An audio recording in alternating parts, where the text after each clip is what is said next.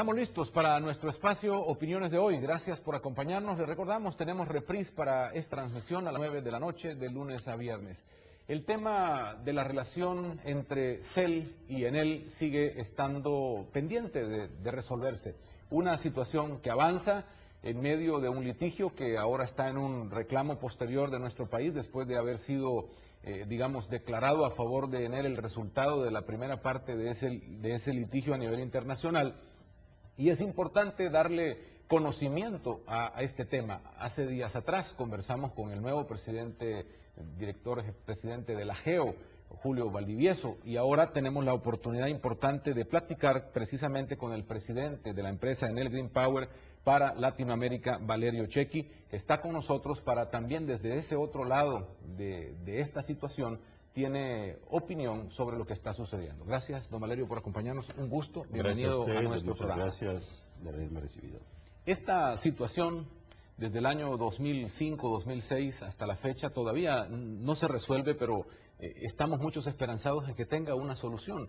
¿Cuál es a este momento la posición o el pensamiento de Enel sobre lo que ha sucedido con este tema de la explotación de la geotermia y su participación con esta empresa, la GEO?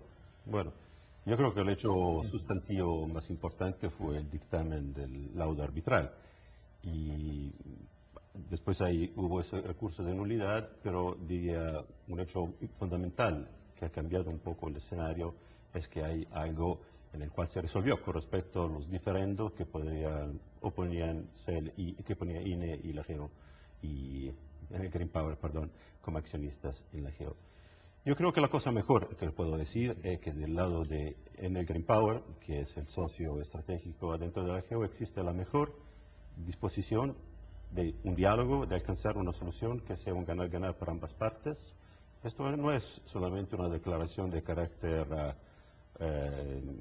verbal, es también un hecho, fundamental y formal, y esperamos que la misma disposición esté del lado de nuestro socio. Creo que al final esa pelea tiene poco sentido seguir adelante, los que van a perder son los salvadoreños fundamentalmente. Mientras yo creo que hay oportunidades para seguir adelante en una fórmula que pueda permitir a los dos de ser satisfechos. Para ustedes esta es una relación que se complicó innecesariamente y lo que viene sigue siendo igual de positivo aun cuando se llegue a un arreglo, o esto va a generar que ustedes tengan reservas sobre continuar esa relación.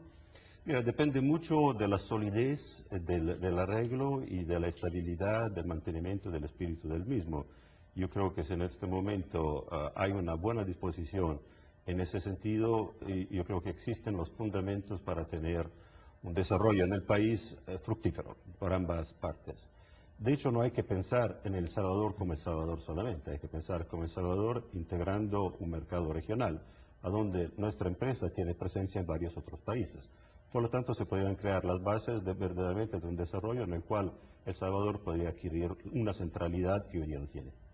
Julio Valdivieso estuvo acá y él comentaba que estaba claro que se aceptaba que había un contrato firmado y que había que respetarlo, es decir, que el Estado salvadoreño o la contraparte en esta empresa de la GEO decía, vamos a respetar el contrato, que no se quería ir a respetar, y que ahora el asunto era solo de medir qué valor le ponían a las acciones por las inversiones que ha hecho en él. ¿Es eso así?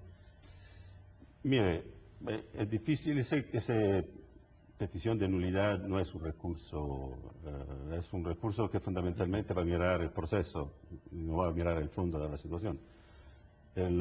Los árbitros dictaminaron en ese sentido, dictaminaron que los aumentos de capital que tendrían que hacerse en la GEO fuesen a valor contable, fundamentalmente un criterio que se usa muy seguido.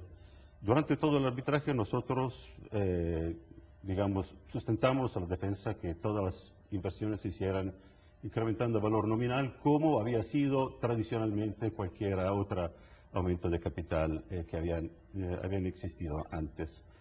Y ahí estamos. Ahora, yo entiendo que puede haber un diferendo en este sentido, pero a nosotros nos parece que desde ese punto de vista los árbitros dictaminaron en un sentido que consideraron equo para ambas partes. Entonces, al final ustedes tienen una posición flexible sobre eso o no, en el valor que tienen las acciones para las inversiones, independientemente si llegan o no al control de las acciones o el control total de la empresa. Nosotros acatamos con lo que dice el arbitraje, que es lo que fue el dictamen del arbitraje. Por eso fuimos a eso, duró 2 años y medio.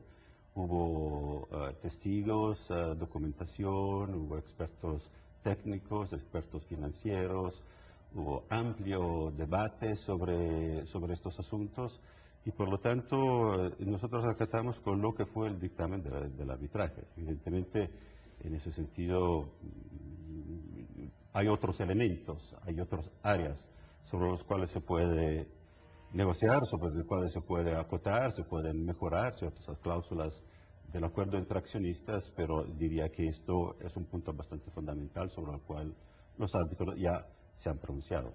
Don Valerio, aquí la pregunta en los salvadoreños es, bueno, ¿cómo llegamos a este acuerdo? ¿Cómo fue que se le dio esta cláusula tan especial, así lo ven algunos, a esta relación de CELENEL y que pudiera capitalizar en acciones? ¿Qué es lo que hubo ahí?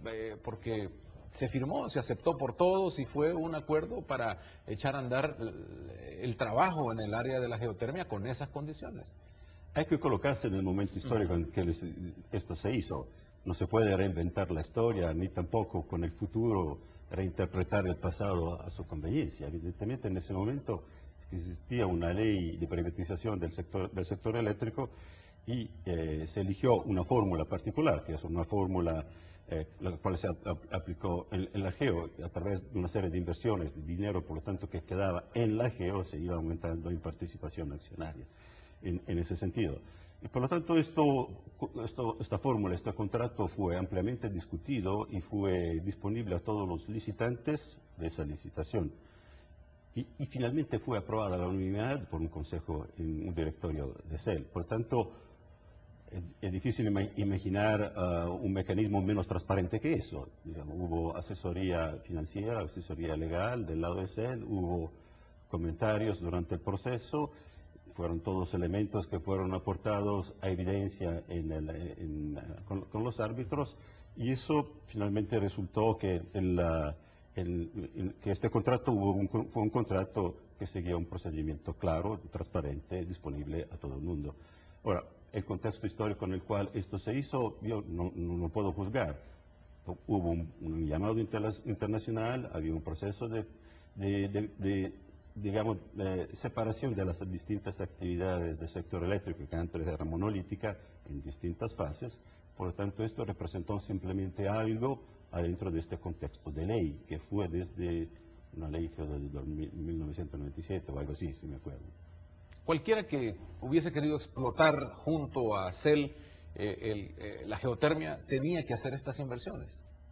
¿O por qué CEL no podía hacerlas? ¿O por qué se requería, en este caso, las inversiones y que éstas se capitalizaran en acciones? Bien, probablemente fue una cuestión de dinero. El Estado probablemente decidió en aquel momento que mejor destinaba sus propios recursos a otras cosas, de infraestructura, de lo que sea, digamos, ya que había un sector privado disponible a invertir en el sector. Yo creo que al final, si no hubiese sido este tipo de necesidad, tal vez no hubiese habido este tipo de licitación.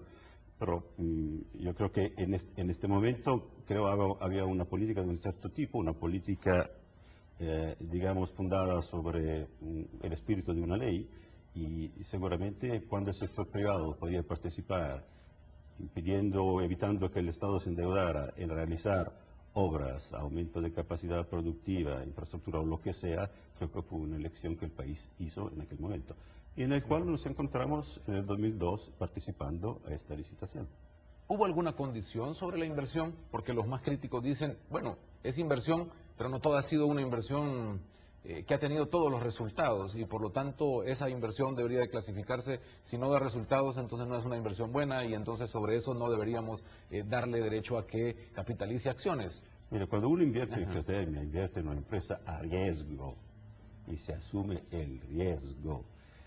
El riesgo es que algunas cosas, ojalá la mayoría, tengan éxito positivo y otras menos positivo. Es parte de la característica de este negocio. Es como cuando usted hace exploración, a veces le da bien, a veces no le da mal.